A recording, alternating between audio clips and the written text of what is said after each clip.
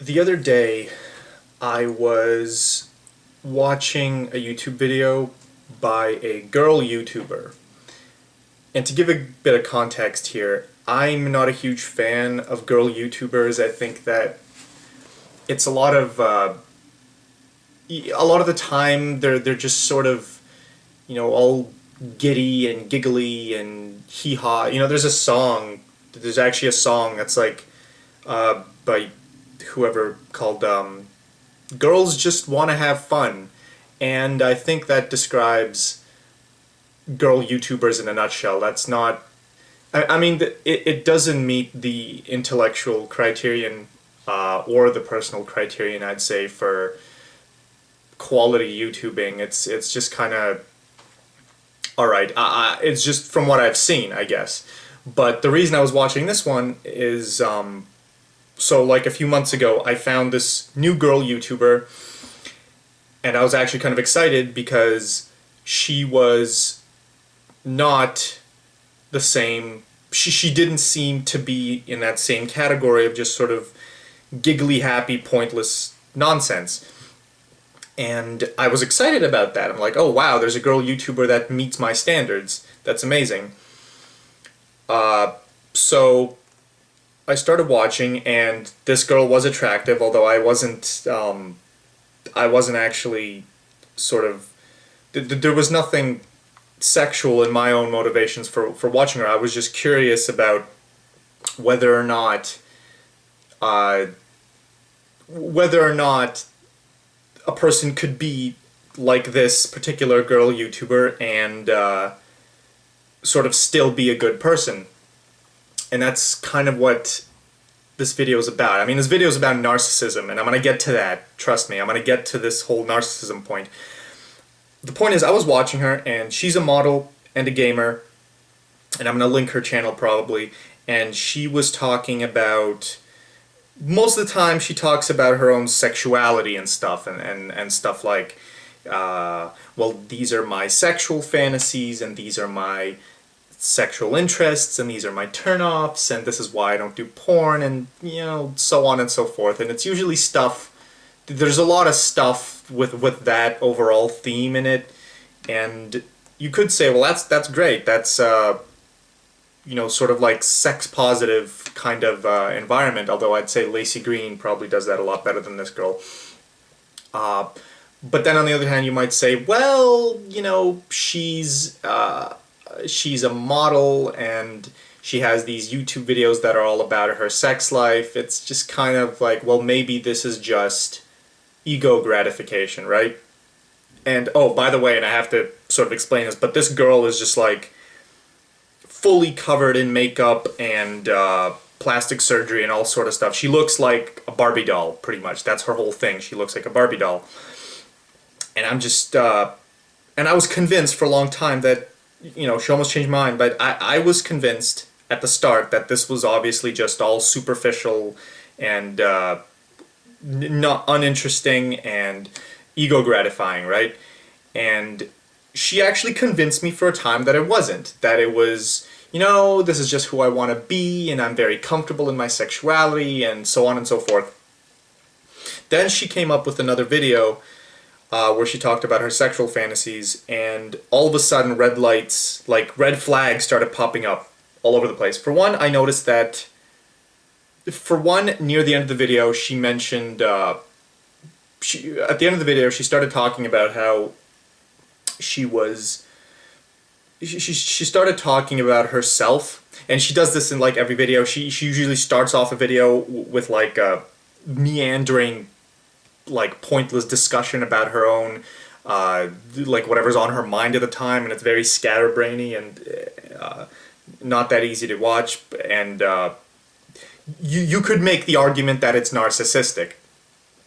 So the first red flag was that she mentioned that someone in her comments had said that she had narcissistic personality disorder. So that's red flag number one. Red flag number two is her response to that, and she thought, well, I thought that was really funny. And she wasn't necessarily saying he was wrong, but she thought it was funny. And I'm going to get to that. That was the second red flag, and I'll explain why in a moment. The third red flag was she talked about how, you know, she said a whole lot of stuff about, well, I think I'm, different than most people, and I sort of I'm like outside of humanity, and I can look down on well, not look down on, but like analyze humanity accurately because I'm like outside of it and stuff. All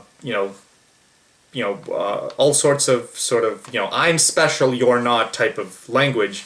And then after that she said, I kind of want the world's best psychologist or whatever to analyze me so that I know for sure or whatever how I am, who I am. And I'm like, all right, well, you're probably not that special that you need the world's best psychologist or whatever that even means to analyze you. And the last thing she said is that she's sometimes empathy lacking, which is like a huge red flag. It's like, wait a second, you're empathy lacking. That's not a good sign. So what does this all mean? And pretty much, I started putting puzzle pieces together, this whole narcissism thing, because what this girl does is she does honestly talk about herself all the time and about her sexual preferences, and it's like, is that narcissistic? Obviously someone who watches these videos thought it was, but are they right? Or is this just some random criticism of a person off the internet who may not know what they're talking about, or maybe they do, I don't know, but see, there's two ways that it can be interpreted. Because she could not be narcissistic, in which case she either knows what narcissism is and how, how it's a pretty bad thing, or she doesn't know what narcissism is. If she doesn't know what narcissism is, she probably would still know that it's not associated with any type of good thoughts or good mentality. So saying how, oh, this one person thought I'm a narcissist, and saying how that's a good thing, or saying, oh, and I thought that was funny, and having no, like, reaction, no emotional sort of, like, she almost didn't see it as a criticism. And I thought that's strange. Okay, if you are familiar with narcissism at all, you should probably see it as some sort of criticism, even if you know nothing about the disorder in, neuroscientific terms. You still should probably think of it as a criticism. Calling someone a narcissist tends to be a criticism, right? At least in my experience. So that's if she isn't a narcissist. If she is a narcissist, then it does make sense for her to reply by laughing, because it's like, oh, haha, yeah, it's the way I see it is kind of like a reverse psychology thing. Like, people think, well, wait a second, a narcissist can't admit that they're a narcissist because that means admitting that they have a fault, right? A narcissist can't admit that.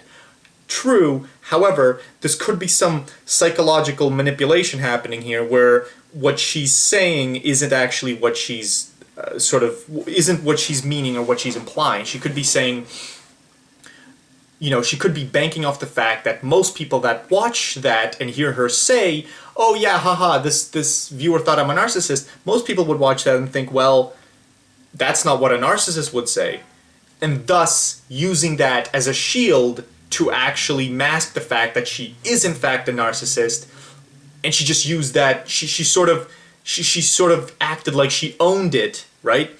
She sort of said it, oh yeah, I'm a narcissist, fuck that, like I own it, in such a way as to sort of reverse psychology the situation and make people think, well, she can't be a narcissist, right? Because she just admitted to being a narcissist. A narcissist can't ever do that.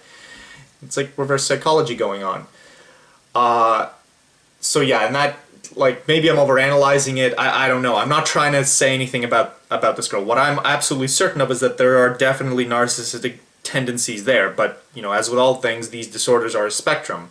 There's three there's three main big cluster B brain disorders. There's narcissistic personality disorder, borderline personality disorder, and antisocial personality disorder. Antisocial is the worst of the three, and and they're all, like, all three of them are similar in that these people have some sort of empathy impairment. But what this really got me curious about is I became paranoid after this, because it's kind of like one of those moments, people who are just learning about psychology might read about a certain disorder online and be like, I have that disorder. That's kind of what happened to me. I really started thinking about, narcissistic personality disorder and the fact, and YouTube and stuff, and I'm like, wait a second, but isn't this what aren't these symptoms things that, people do all the time, or things that I do all the time? And I was completely paranoid about this, and I went and I asked like a whole bunch of people that I know pretty well, am I a narcissist? And they all said no.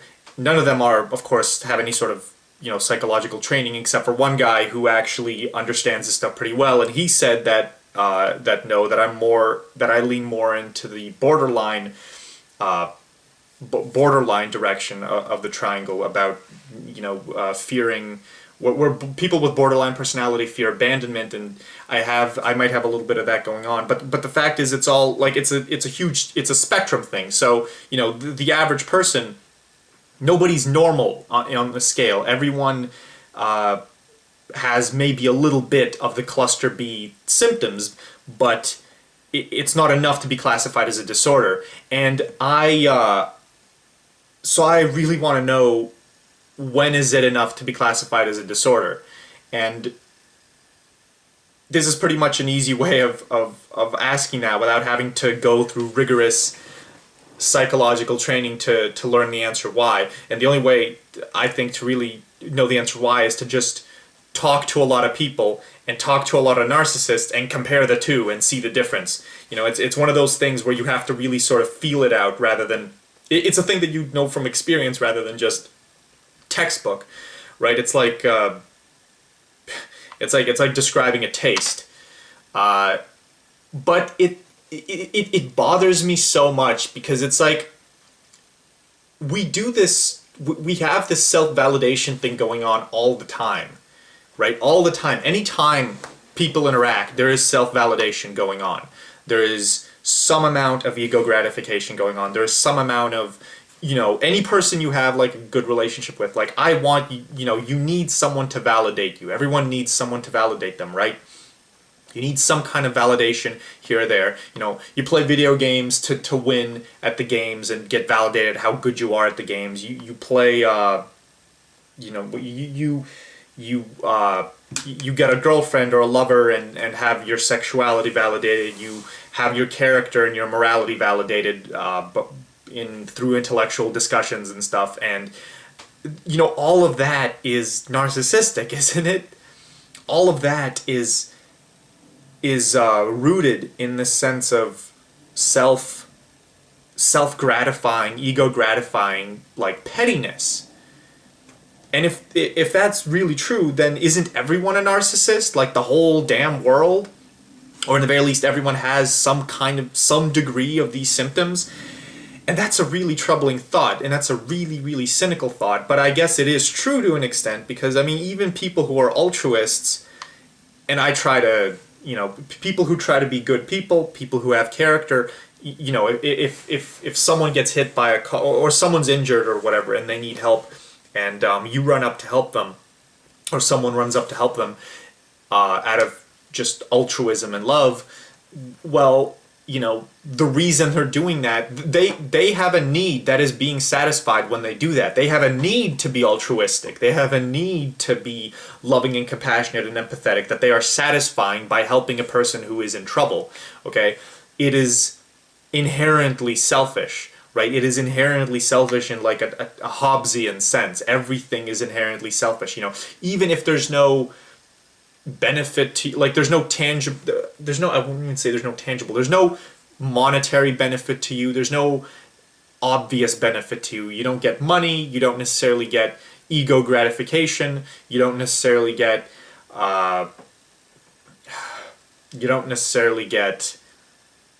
sort of intellect gratification, you don't necessarily get any sort of validation, but the fact that you have this instinct that you need to satisfy, to be, this instinct to be altruistic and empathetic, that itself is an inherently selfish thing, right?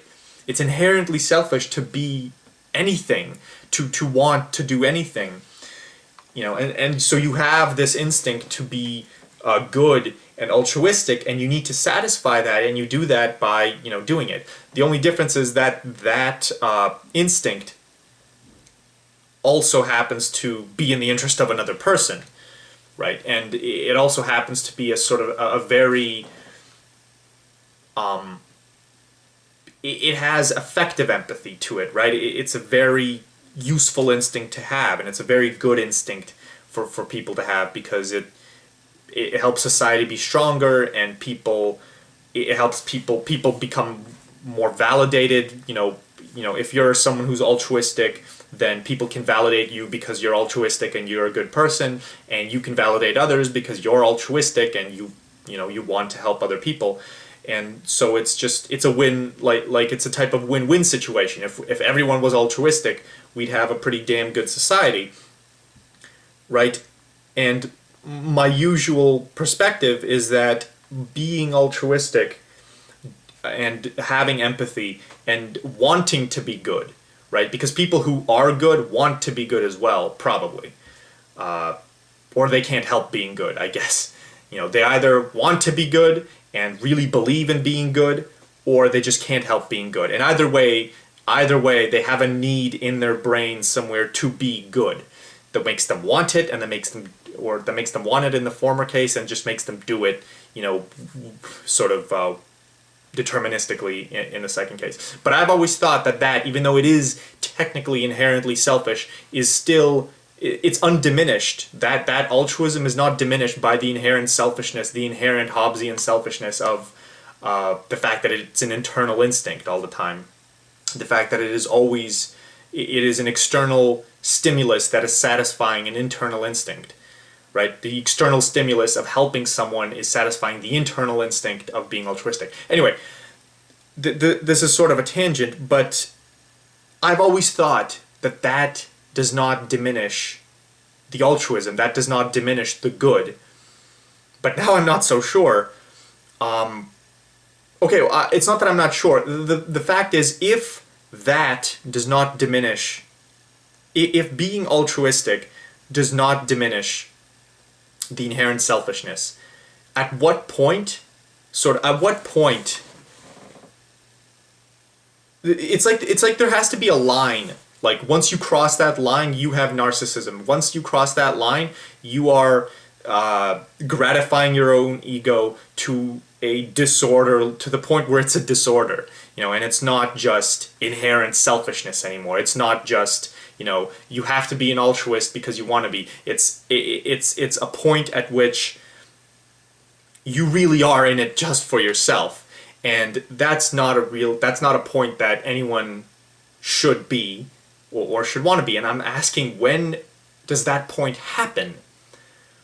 Okay? Like at what point does your behavior indicate that you are no longer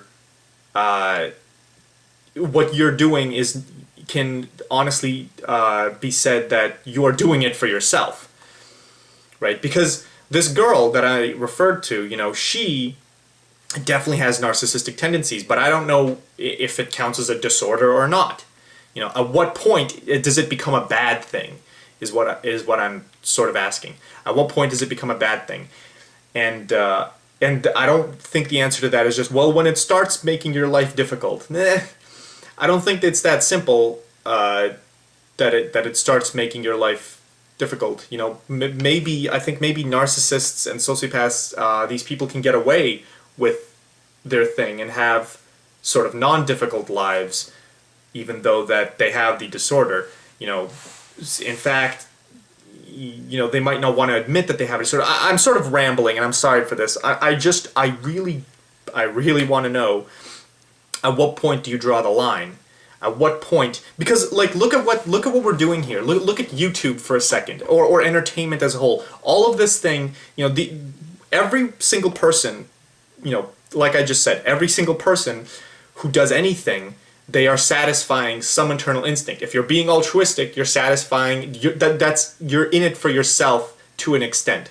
Being altruistic is still something that you want to do. It's still satisfying your instinct. Being a YouTuber is still something that's in your interest inherently, in that Hobbesian sense, right? So it is still fundamentally selfish in some way.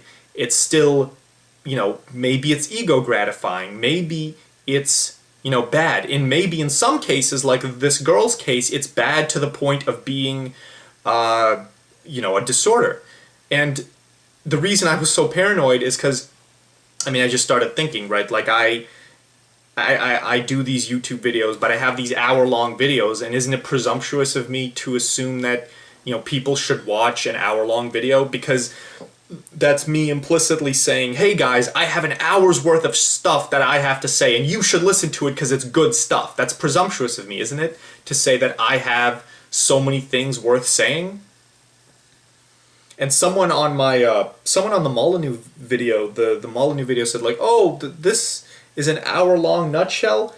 Well, you must be a narcissist, or something along those lines. And at the time I didn't pay attention because that was just like some kind of heckler comment. But I thought about it here. It's like, well, what if it is? What if the fact that, is what I'm doing in my day-to-day life a narcissistic thing? Do I have narcissistic tendencies? Obviously I do, because everyone does, because I think everyone does. But is it more than average? Is it to the point where it's bad? Like, at what point, if everyone has these narcissistic tendencies, everyone has sort of self-validating, sort of internal instinct validating tendencies. At what point does validating those tendencies become a bad thing? At what point does it become superficial and petty?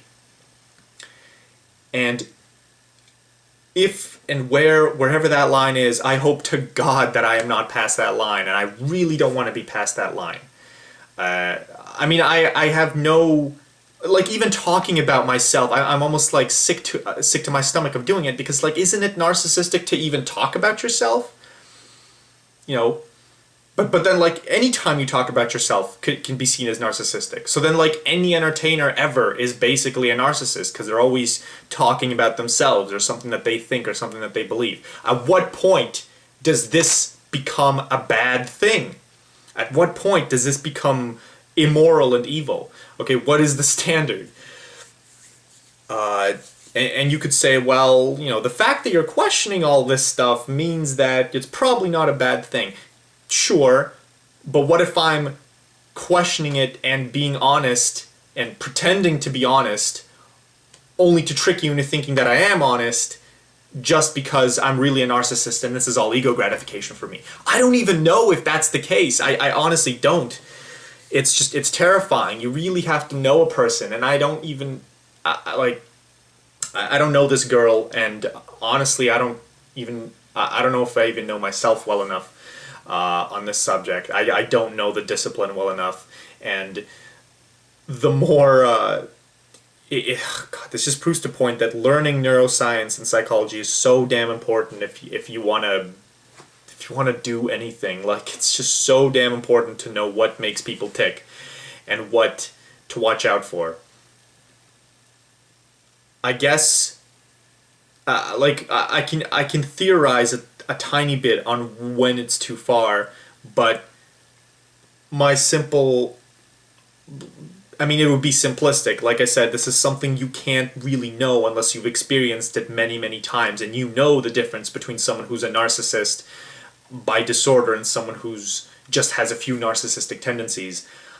I would say that you have to be at least interested in hearing the other person when you're interacting with them. You can't just be using the other person for ego gratification. People who always talk about, Stefan Molyneux actually did a video about this, and he said it's like, people who constantly talk about their achievements are, narcissistic, because you can't, they're just using you for ego gratification. They're not interested in learning about you as a person. That's a huge thing. People who don't want to learn about you as a person, or who don't ask questions, that's actually a pretty big one. People who don't ask questions. This is why I'm asking a question here, because I want to know. I don't know, and I want to know. Why, the answer to this. People who don't ask questions, people who people who aren't interested in giving as much as they're getting, let's just say, people who want to just get and not give, and yeah, that would be a huge thing, a huge issue. I mean, I one of my last videos, there was a guy who commented and was like, oh, Length You Narther, or whatever his name is, he has like 1,000 subscribers, and he commented on my video and we talked, and then I subscribed to him and I watched a bunch of his stuff, and stuff like that. So he subscribed to me, I subscribed to him. I don't know if that counts as, it's like some sort of exchange. And I often feel, I guess, in social situations that there'll be cases where I'm sort of trying to drive the conversation forward and keep things interesting, and other people are just sort of sitting there and have nothing interesting to say and nothing valuable to say, and they're just kind of, I mean, I guess that's different from the thing where people talk about their achievements all the time. I don't even know what I'm talking about anymore, honestly. But yeah, giving as much as you're getting, I guess, is a good measure of this type of thing. So I'm constantly sort of paranoid that I'm not giving as much as I'm getting, or that I'm not being honest about how much I'm getting or how much I want to get. And it's just, if I didn't make it clear before with the morality equation video, but principles, I take principles so seriously. I take empathy so freaking seriously. Okay, if you lack empathy, you are if I lack empathy, if something is immoral, then it is the top priority of every single thing. It is my top priority to ensure that I am being moral all the time. And part of that, and I have to admit this just to sort of stay in line with the theme of this video, part of why I do that is because I do get self-validation out of the idea that I am being a moral person. I do get some kind of, ego boost out of the knowledge that I'm a good person, okay? And I have to admit this as well. This whole YouTube thing is an ego boost to an extent. Knowing that there are people who, will watch a video and will comment on a video, on something that I said and something that I made, that also is an ego boost. In the interest of complete honesty, I am getting something out of this. And I want to be brutally honest about that, because I think people ought to be brutally honest about that. Any type of interaction, I am getting both people should be getting something out of it. This is what I'm getting out of this. What are you getting out of this? It's that type of thing. And I think if people are honest about that, then we can weed out the narcissists from the non-narcissists and the sociopaths and the bad people. Because in the interaction that Molyneux mentioned, where it's like a guy who just keeps talking about his achievements, well, what is he getting out of the interaction versus you? Well, he's getting ego gratification out the ass. What are you getting? Well, you just kind of have to sit there and you don't really get anything. You don't really get to voice your opinion, or you don't really get to talk about any interesting subject that you're interested in, or you don't even get to talk about yourself. So he's getting all the ego gratification, you get nothing. So I guess maybe these people with disorders, these narcissists, NPDs, BPDs, ASPDs, they're like vacuums of the social interaction marketplace, right? Like they get a lot and they try to get a lot, but they give nothing or very little back, and they have manipulative ways into tricking people to give them a lot and get nothing back. Maybe that's how it is, but I really don't know, and unless you're someone who has like psychological training or just experience out the ass, then you probably wouldn't know either. But it's definitely something to think about and watch out for. And I was so dismayed to watch this video of this girl, because I was so excited. It's like, oh, there's finally a girl YouTuber that's a decent girl YouTuber, now to find out that she's probably a narcissist. That is kind of sad. That is kind of sad. And I had one of my friends watch her videos, and the guy who actually knows the guy who actually has had a lot of experience and knows about these disorders, and he said, oh yeah, she's a narcissist. But he also mentioned that he was being presumptuous. So I don't know for certain if she is, but she definitely has some kind of narcissistic tendencies. Anyway, that's sort of all I had to say. And yeah, just to reiterate, I am getting something out of this. Be brutally honest about what's going on in this interaction. I am getting something out of this. I imagine, people who comment, you are getting something out of it as well. And hopefully it's not... hopefully it's a reasonable interaction. It is a moral interaction, not one where anyone loses.